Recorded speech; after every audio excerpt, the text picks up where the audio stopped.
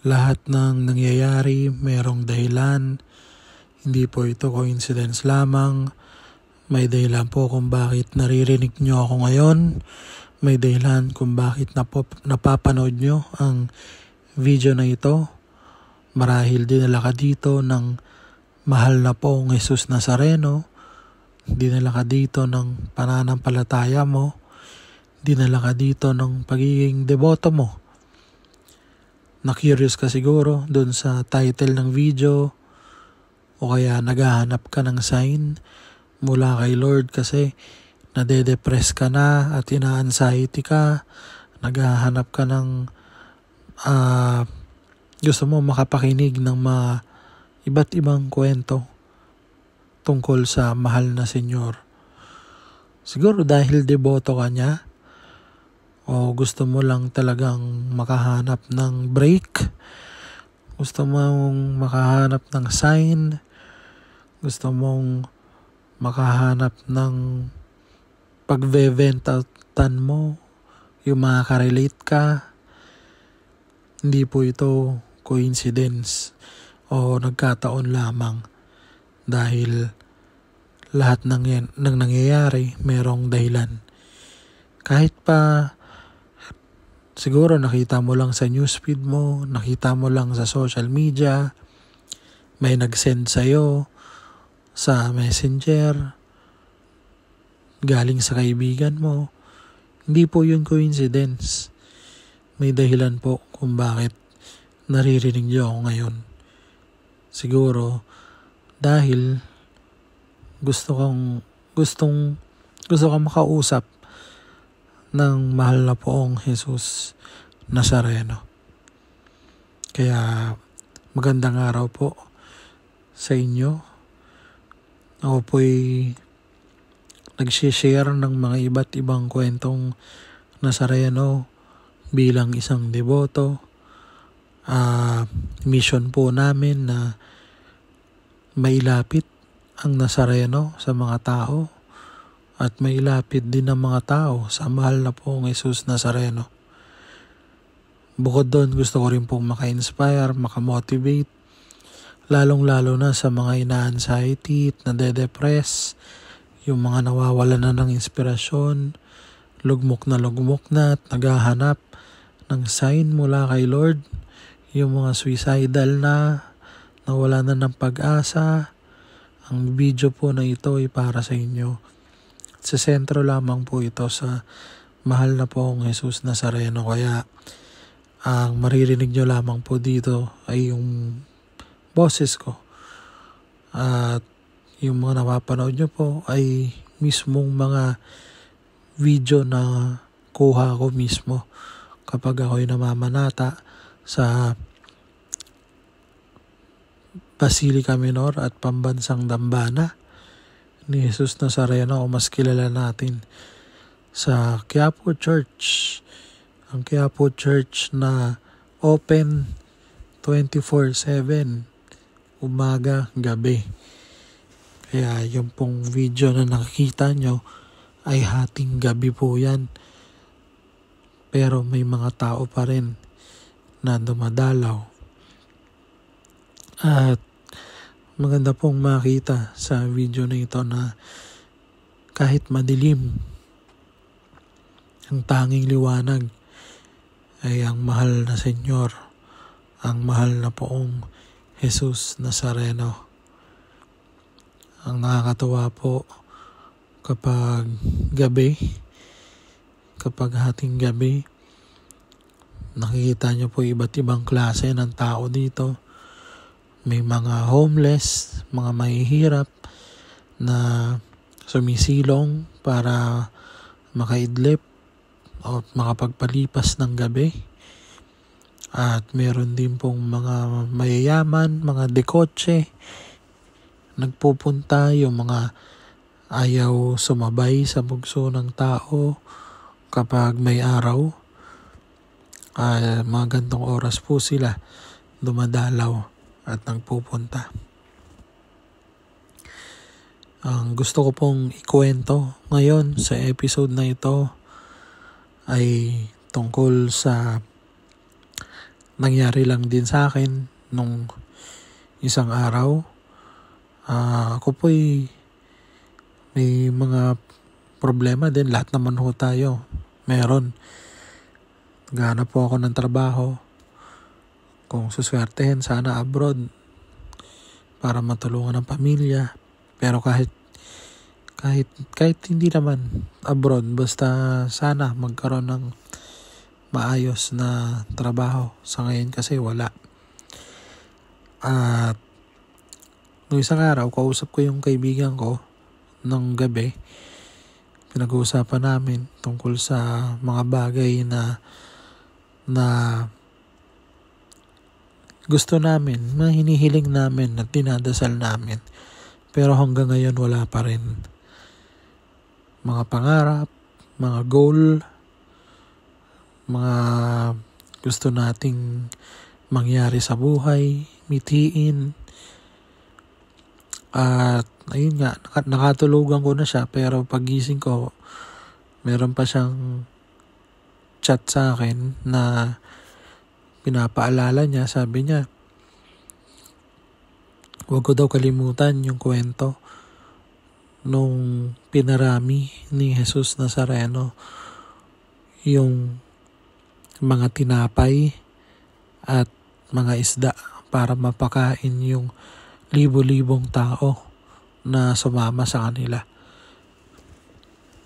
Kung naaalala niyo itong kwento na to, ito yung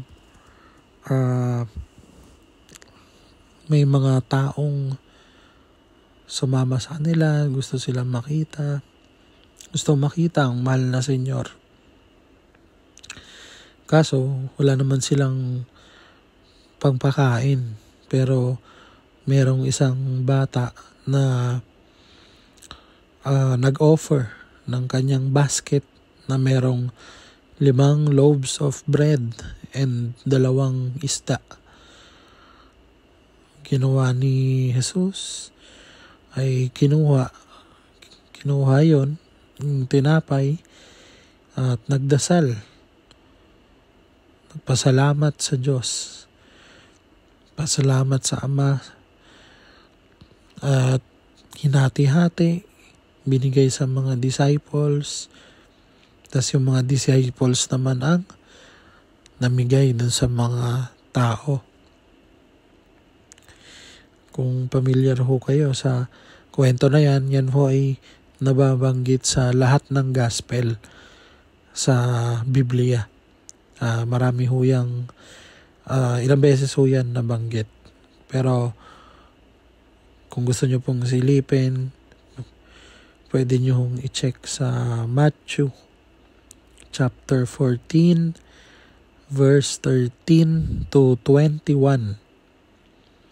Pero sa ibang gospel meron din yan, lalabas din ho yan. Sa John, Mark, and Luke, pare-pareho ho yan na naikwento. At nakakatuwa lang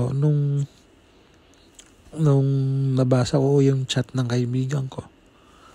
Sabi niya kasi, wag ko daw kalimutan yung kwento na yon, to remind us na Jesus is limitless. Kahit ano, kayang mapangyari ng Panginoong Jesus Nazareno. May mga oras lang talaga sa lahat ng bagay. Marahil hindi mo pa nakukuha yung goal mo ngayon, pinapangarap mo, yung mga dinadasal mo, pero ibibigay niya yon sa tamang panahon. Dahil God is always at the right time. Tama ba yun? Yung nasa timing lagi. Nasa tamang timing lagi ang Diyos. Kailangan lang natin manalig at magtiwala sa will ni Lord. Kasi lahat planado na sa buhay natin. Kung hindi mo kayang i-control, huwag kang magpaka-stress. Kung ina-anxiety ka at nade-depress ka, subukan mong kumuha ng papel, ilista mo lahat ng cause ng anxiety mo, lahat ng worries mo, ilista mo. Tapos, ikisan mo ang lahat ng mga bagay na wala kang control. Kasi yung may control ka, syempre kaya mong baguhin yun. Yung wala kang control, mapasa Diyos mo na lang. Ibig sabihin, pag wala kang control, hindi mo dapat win-worry yun. Hindi ka dapat nai-stress tungkol doon.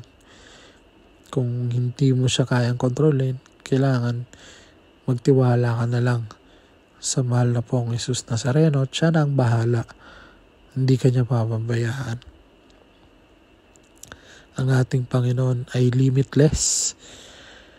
Ang ating Panginoon ay makapangyarihan at kahit ano kaya niyang gawin kahit kailan.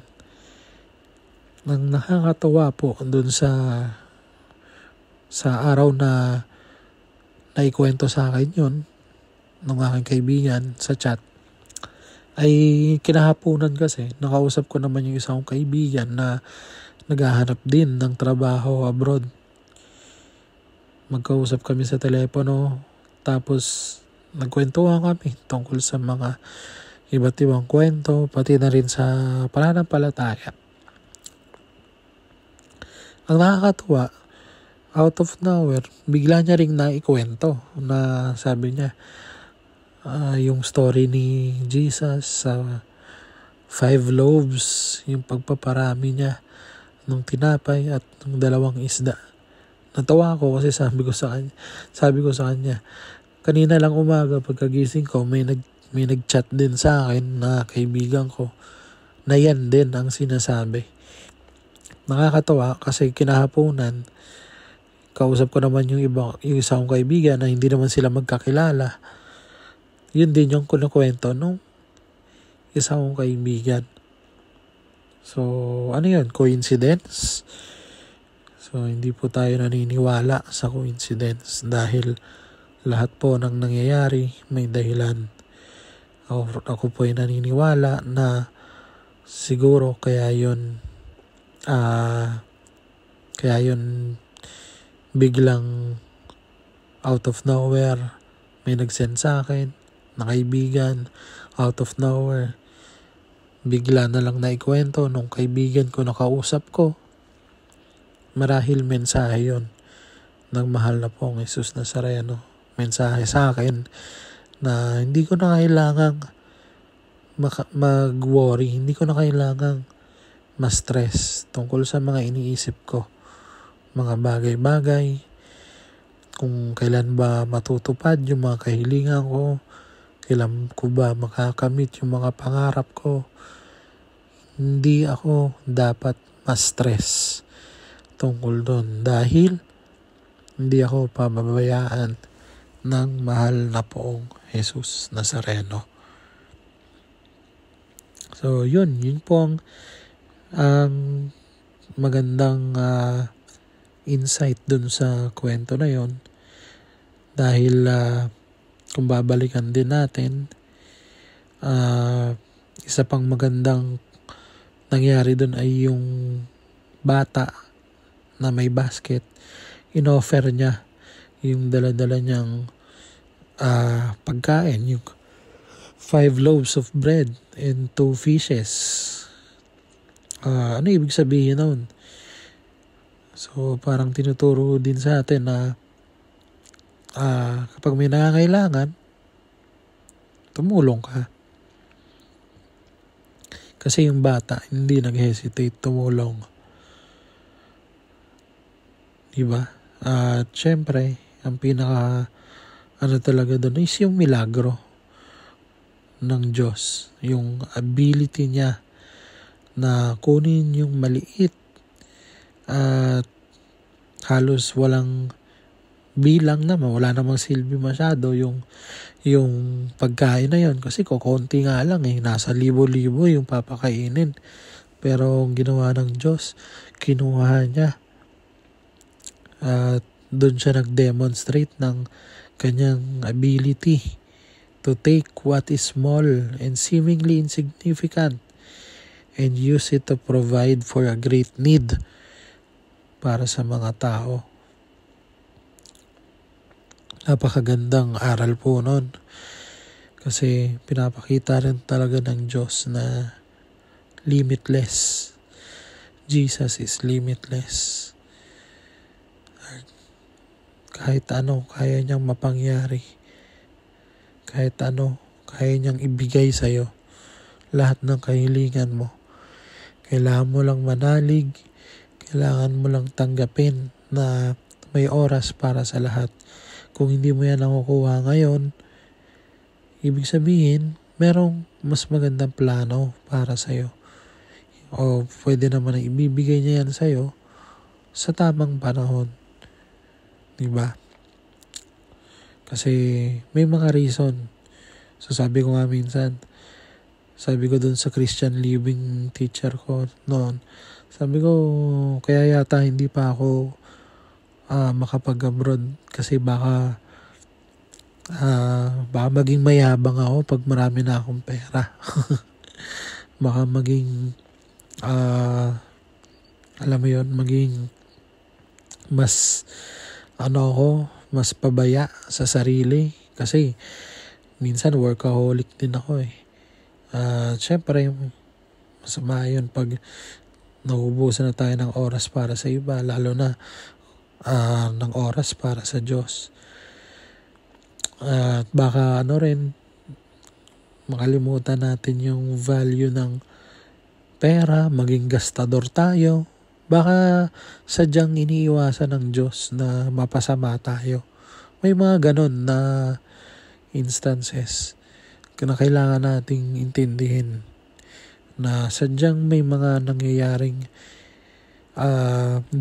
dinedelay ba o lagi kasing may learnings. Kaya pag nagdasal tayo, isama rin natin sa dasal na bigyan tayo ng enough wisdom para mas maintindihan yung learning sa bawat araw. Sa bawat araw na paghihintay na makamit ang pangarap mo. Lagyan natin ng konting wisdom para mas maintindihan natin bakit kaya nangyayari yung mga bagay na to. Bakit parang nawawala na ako ng pag-asa sa mga goals ko. May reason. Lahat ng setbacks, lahat ng rejections, lahat yan may reason. Kaya tuloy lang, gayahin natin yung bata na nag-offer ng tinapay at isda. Dahil yung willingness niya na ibigay yung kung anong meron siya, kahit pa hindi naisip ng bata na paano naman siya, maubusan siya, di ba? Ganon. Pero in-offer niya yung kaya niyang i-offer. At ang Diyos naman ay pinarami yung tinapay at isda para lang ipaalala sa atin na limitless ang kapangyarihan ng Diyos. At di niya tayo pababayaan. Nandyan siya lagi para sa atin. Ayun po. Dito na po tatapusin ang episode na ito. Tuwing Friday po ako ay nag-upload ng episode para sa Kwentong Nazareno. Sana po suportahan nyo yung mga susunod pa na episodes dahil pipilitin ko mag-upload every Friday para mag-share at magbahagi ng iba't ibang kwentong Nazareno.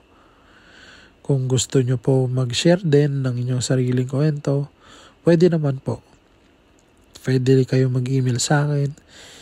Babasahin po natin dito para ma-share din natin sa ibang kadiboto at ibang tao Send nyo lamang po sa nakikita nyo sa screen nyo. kwentongNazareno@outlook.com. Huwag po sana kayo mahiya.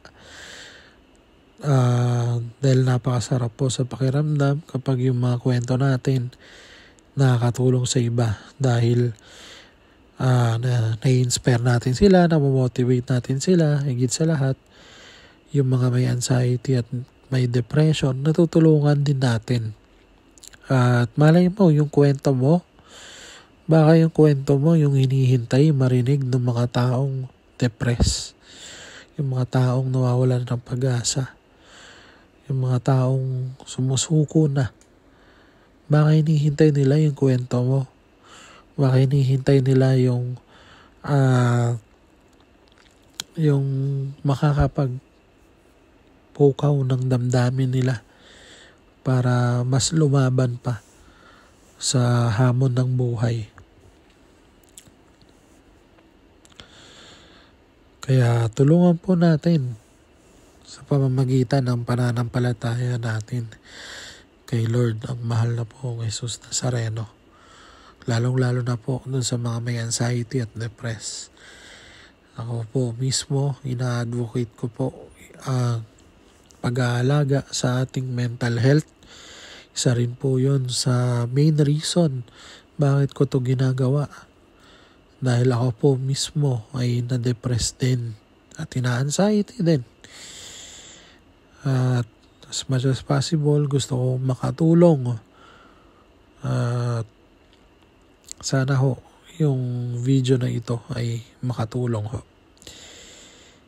Kung gusto nyo pong i-share yung video sa iba nyong kaibigan, please feel free to do so.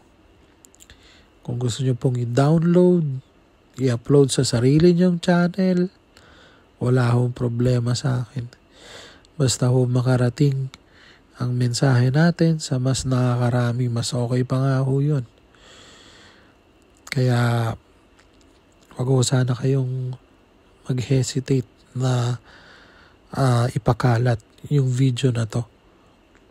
Muli, maraming salamat po. Huwag pong kalimutan mag-like, comment, share at subscribe. Malaki pong tulong yan para mas mapalaganap po natin yung mga iba't ibang kwentong Nazareno. At ayun po. Muli po, sana po lagi niyong maalala na ang Quiapo Church ay open 24/7. Bukas po yan hanggang madaling araw, hanggang hating gabi. Pwede po kayong magpunta. Pwede po kayo doon umiyak. Pwede kayo doon mag-vent out. Pwede po kayo doon magdasal. Kausapin ang mahal na po ng Jesus Nazareno. At sigurado po ako na mas gagaan ang kalooban nyo kapag ginawa nyo ho yan. Mahal na pong Jesus Nazareno, habang buhay akong magpapatotoo sa walang hanggang pag-ibig at pagpapala mo. Amen. Amen.